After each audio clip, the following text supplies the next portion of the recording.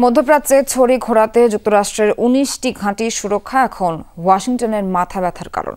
Iran Israel সংঘাত শুরুর পরেই এগুলো নিরাপত্তা ঘিরে তৎপরতা দেখা গেছে। এবার ইরানের সরাসরি মার্কিন হামলার পর ধারণা করা যায় একেবারে হাত গুটিয়ে বসে থাকবে না তেহরান।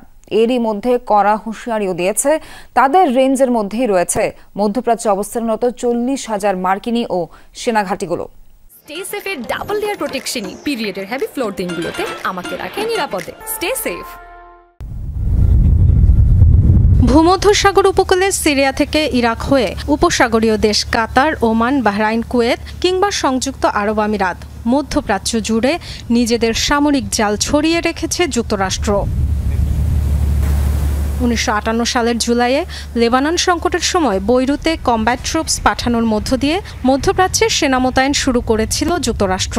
একে একে ঘাঁটি গেড়েছে অঞ্চলটির ১৯টি স্থানে। কাউন্সিল অন ফরেন রিলেশনসের তথ্য অনুযায়ী ২০২৫-এর মাঝামাঝি এসে বর্তমানে ৪০ থেকে ৫০ হাজারে দাঁড়িয়েছে মোতায়েনকৃত মার্কিন সেনার সংখ্যা। স্থায়ী এবং অস্থায়ী দুইভাবেই সামরিক অবস্থানের নেটওয়ার্ক পরিচালনা করে যুক্তরাষ্ট্র।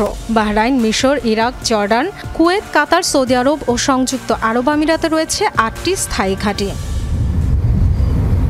ইরানের পারমাণবিক স্থাপনায় মার্কিন হামলার পরই আলোচনায় এসব ঘাঁটি ও অবস্থানরত সেনাদের সুরক্ষা। তেহরান এরই মধ্যে পাল্টা জবাবের হুঁশিয়ারি দিয়েছে। সেক্ষেত্রে তাদের প্রাথমিক টার্গেট হতে পারে কোন মার্কিন ঘাঁটিগুলো। মধ্যপ্রাচ্যে যুক্তরাষ্ট্রের সবচেয়ে বড় ঘাঁটি কাতারের আল উদেইদ বিমান ঘাঁটি, যা কাজ করে মার্কিন সেন্ট্রাল কমান্ড সেন্টকমের হেডকোয়ার্টার্স হিসেবে। বিশ্লেষকদের ধারণা ১০,০০০ সেনা অবস্থান সম্বলিত ঘাঁটিটি হতে পারে ইরানের অন্যতম টার্গেট। বাহরাইনে রয়েছে যুক্তরাষ্ট্রের নেভাল সাপোর্ট অ্যাক্টিভিটি NSA, যেখানে মোতায়েন রয়েছে মার্কিন নেভির 5th ফ্লিট।